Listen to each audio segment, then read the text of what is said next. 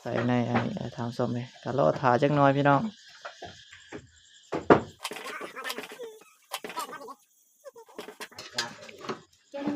พี่น้อง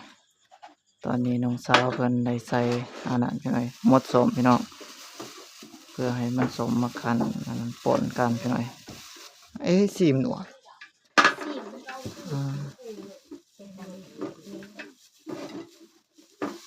ติดแจ้งแง่หนวดตัวซีมหนัว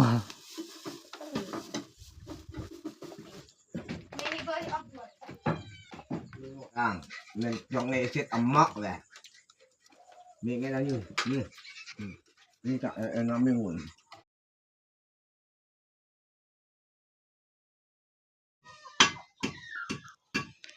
สบายดีพ่อแม่พี่น้องหมดสุขุสุขคนพี่น้อยกะมื้อนี้กะจะพาพี่พาน้องได้มาเบิ่งมาชมภาพบรรยากาศยามแลงพี่น้อยการเฮ็ดอยู่เฮ็ดกินภายในครอบครัวน้อยบ้านลาวใต้พี่น้อยกะมื้อนี้กะน้องสาวเพิ่นได้เป็นเชฟถามส้มพี่เพิ่นได้พักอันนั้นพี่น้อยกบพี่น้องพี่ว่าสิเฮ็ดก้อยกบพี่น้อยมื้อนี้เมนูก้อยกบถามส้มคืนนี้ไปเยืองได้มาพอได้เฮ็ดก้อยนะพี่น้อยได้บ่หลายดอกพี่น้อง4-5 โตพี่น้อยก็เลยปิ้งเฮ็ดก้อย3 โตท่านผู้ชมพี่นี่แหละท่านผู้ชมน้องสาวเพิ่นได้เป็นเชฟท่านผู้ชมมื้อนี้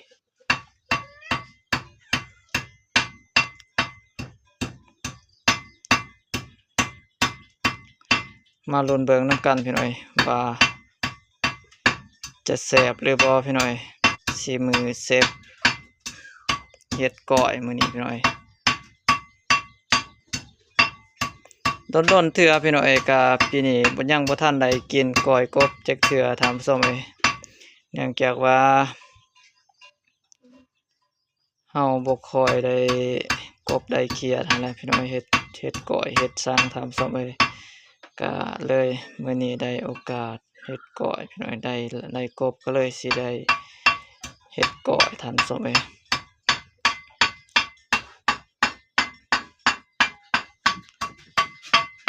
ท่านผู้ชม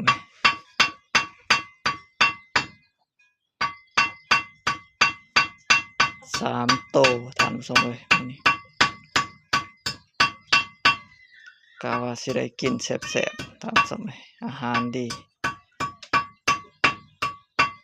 ส่วนหลายเฮาก็ได้กินในช่วงฤดูฝนนี่แหละท่านผู้ชมกบเขียดยามแล้งส่วนน้อยเด้พี่น้อยสิได้กินกบเพราะว่าบ้านเฮามันก็บ่ค่อยมีเด้พี่น้อยอาหารการกินก็มาในช่วงฤดูฝนท่านผู้ชมสิได้กินก้อยกบน้องสาวเพิ่นเฮ็ดพี่น้อยมื้อนี้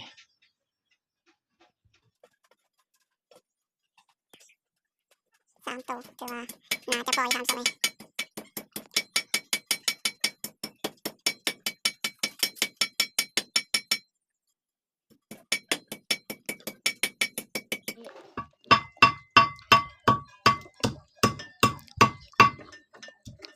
เด็กบ้านนอกคอกหน้าเฮาพี่น้อยก็แน่ๆน้อยๆพี่น้อยก็จักอยู่เฮ็ดกินพี่น้อยบางค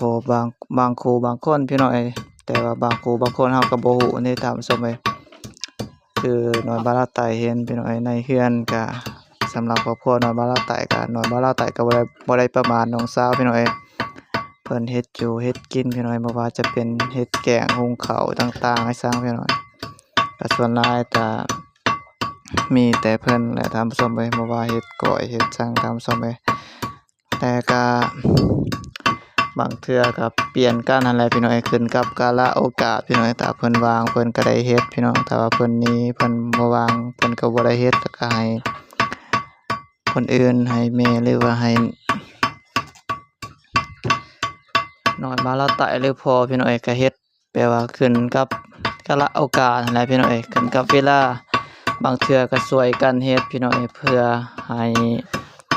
ได้กินไว้พี่น้องเอ้ยได้รับประทานไว้นั่นแหละตามส้มเอ้ยถ้าว่าเฮาบ่ช่วยกันเฮ็ด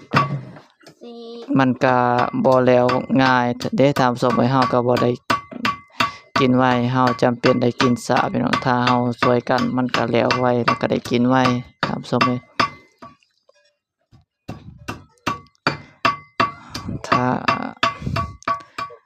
ถ้ามีเวียกแล้วก็ให้ผู้หนึ่งเฮ็ดตามส้มเอ้ยเฮาก็เฮ็ดเวียกอื่น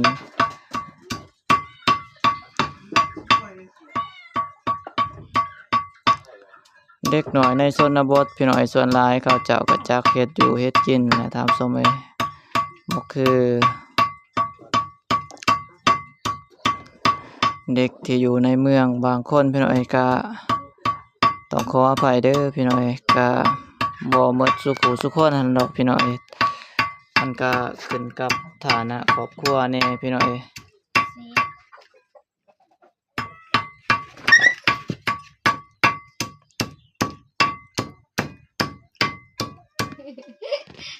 ว่ารสชาติฝีมือเชฟใหม่เฮ็ดก้อยจะแซ่บได้บ่พี่น้อย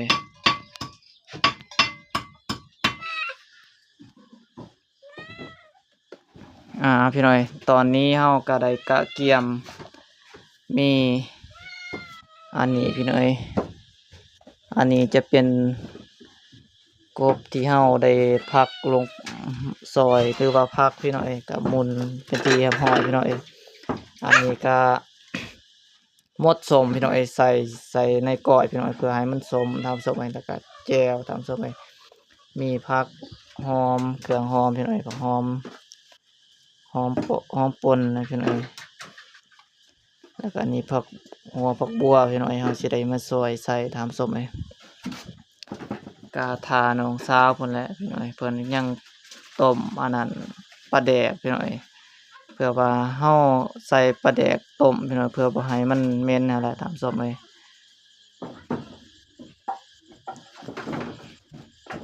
น้องสาวเพิ่นได้เฮ็ดกินได้เฮ็ดก้อยทำสมให้ก็เพิ่นได้ต้มปลาแดกให้มันอันนั้น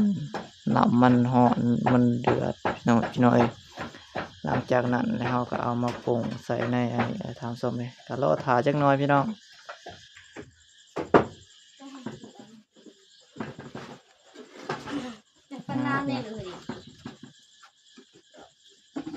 ซอยตอนนี้น้องสาวก็สิได้ ทำตัวเลยอันนี้น้ำข้นเลย โอ้ยอยากเจียวจ้วงเพื่อนละมันหยุดดิ อันนี้เป็นไฟซอยครับหอมหน่อย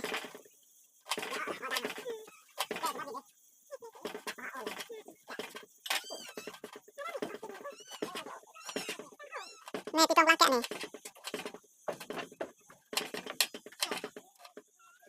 ยังห้ามได้แม่ตอนไหนจะตัวเกี่ยวทำตรงนี้ไปซอยกับหอมหน่อย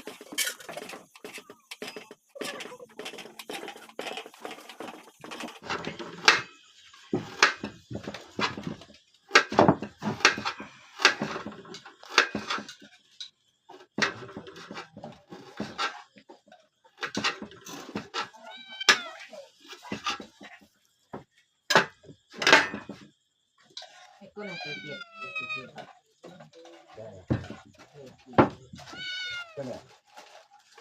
แต่คิดจะไม่ได้เกี่ยว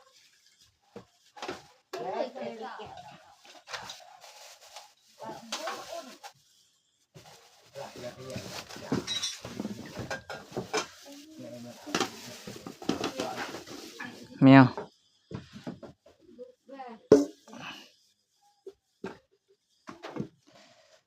เราพยาบาลโลกโอ้ยใส่ตรงตัวไหนเอาตัวนี้เอาลูกตาไม่หนีเจ๊ก็ไม่เลยทำเองเลย จะไปไหนเลย เจ๊เลยเจ๊ท พี่น้องตอนนี้น้องสาวเพิ่นได้ใส่อันนั้นพี่น้อยหมดสมพี่น้องเพื่อให้มันสมมากันอันนั้นป่นกันพี่น้อย nhẹ nhẹ là xôi rồi bồn ôi ăn cái dụ rồi đi ซอยอ่ะ nên ê cái dụ ngay từ gọi xôi bật này mà ôi ăn khát cái đồng cả chết cái đồng cả เซฟซอยกันพี่น้อยมื้อนี้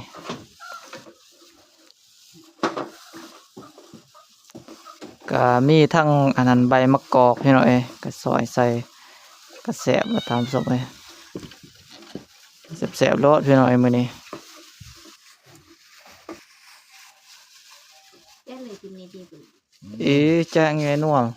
nghe tôi buồn cái giờ buồn นี่ ấy xìm nuông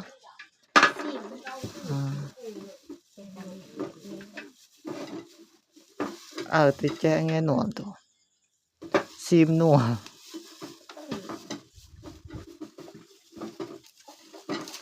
จะเจ๊เป็นนัวน่ะเอ๋ย ý ơn á ไม่ต้องหนัว cả nghe là nghe xìm nuông thôi thì cha đó ta có đọc lại đây ý xìm đây ก็สิ à.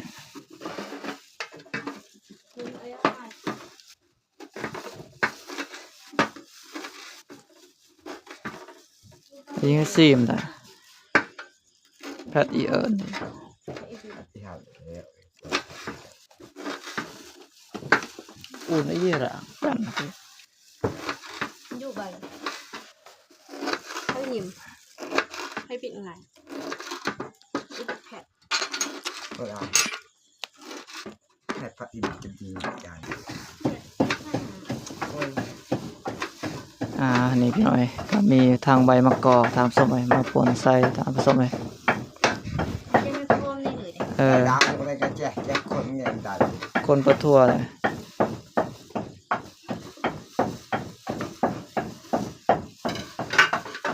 นี่อะไรพี่น้อย tao lọc chè เสร็จ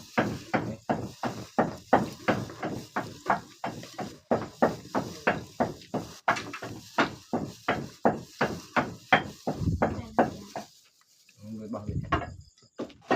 นะ chỗ ớt có kìa chúng tôi tụ rồi cái này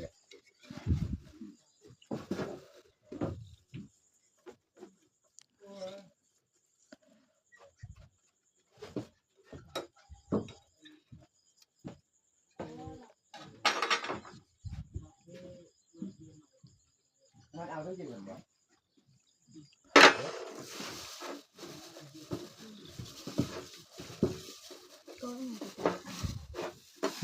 ก็ไม่ดีจ้ากันนะ นี่เจอกระซ้ำเลย chè rắc cái rau để chè cái hồn đều แจ๊กหอมอะไรได้แจ๊กรักกันรักเดี๋ยวอามเจ็บก่อนนี่พี่น้อยตอนนี้ก็สิได้เป็นหูเป็นหางเกาะไอ้เด้พี่น้อย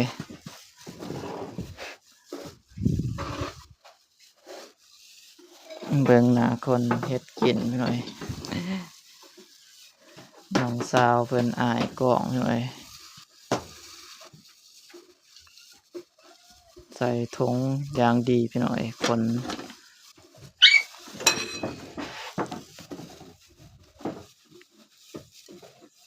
ลองสิ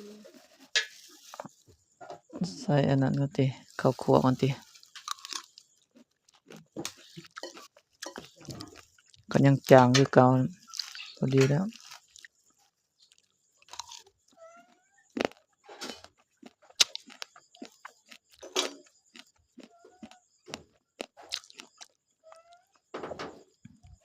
นี่ใส่ข้าวคั่วพี่น้อยคนมาเลยนี่เดียวรังเจนหง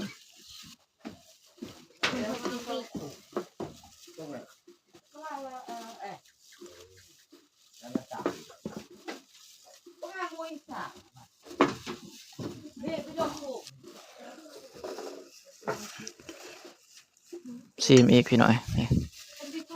รสชาติสีสัน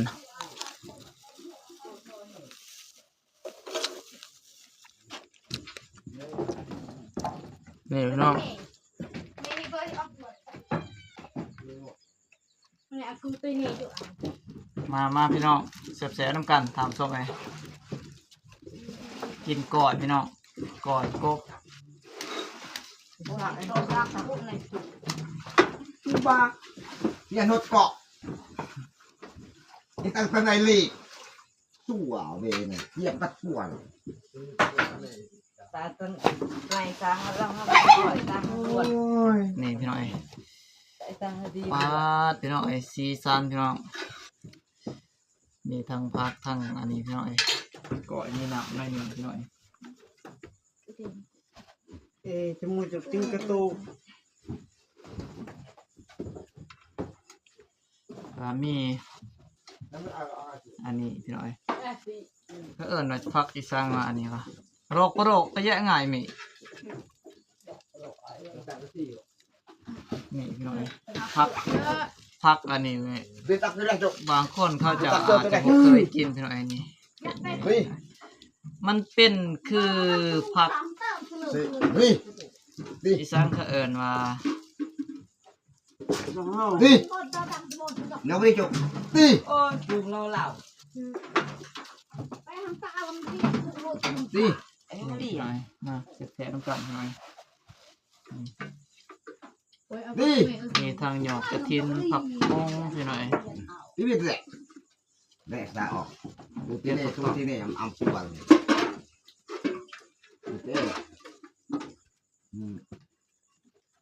thế chụp xong rồi จองง่ายดี ก็แยะบ่จืดตอนหนึงก็ส้นอ้อยอ่ะนะก็แยะง่ายว่ะ cho nên học thị mình ăn phép ผัก chọn กูดăn mọ rồi liền นี่อะไรพี่น้อยมันขายคือผักกูดพี่น้อยอาจจะเป็นผักกูดขายคือผักกูดทำส้มไปมาพี่น้อยแซ่บๆนำกันพี่น้องโอเคอาหารก็นี่ก้อยกบพี่น้อยแล้วก็ย่างอีกอันนั้นพี่น้อยมีก้อยกบแล้วก็ย่างอีกอันนั้นออมไข่กบพี่น้อยไข่สุก nó จะต้องคุกเลยเลย เอาไปให้เอาหัวเลย นี่ก็ จะมาซาคุณเลย เอาปรุงอาหารสิ เจีย nó ép đó ก่อนมาแกงมาชิมหัวกินปรุงแจ้งอ่ะต้องแก้วเอาแก้วแล้วมาบ้าน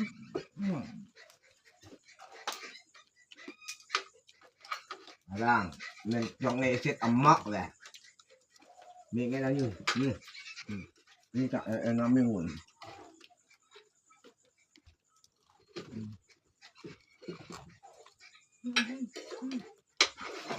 อยากไปบัตรคนที่เดียวก็ทำ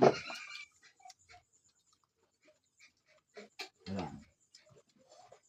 nó vẫn đảo แล้วคนรักก็อยู่แจก แก้ว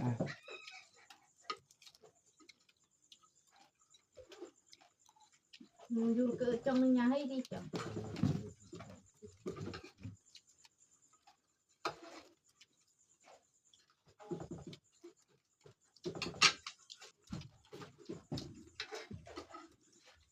เสามัด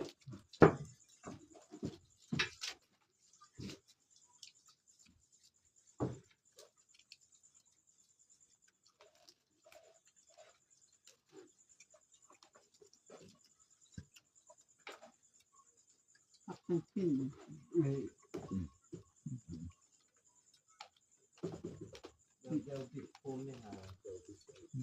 อันดับ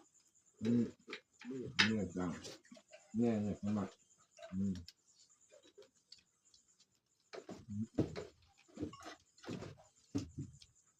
đây giờ phải đến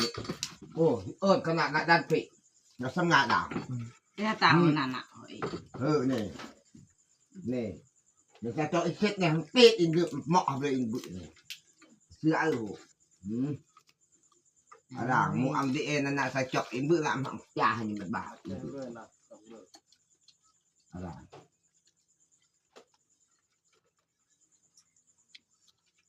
มาพี่น้องเอ้ย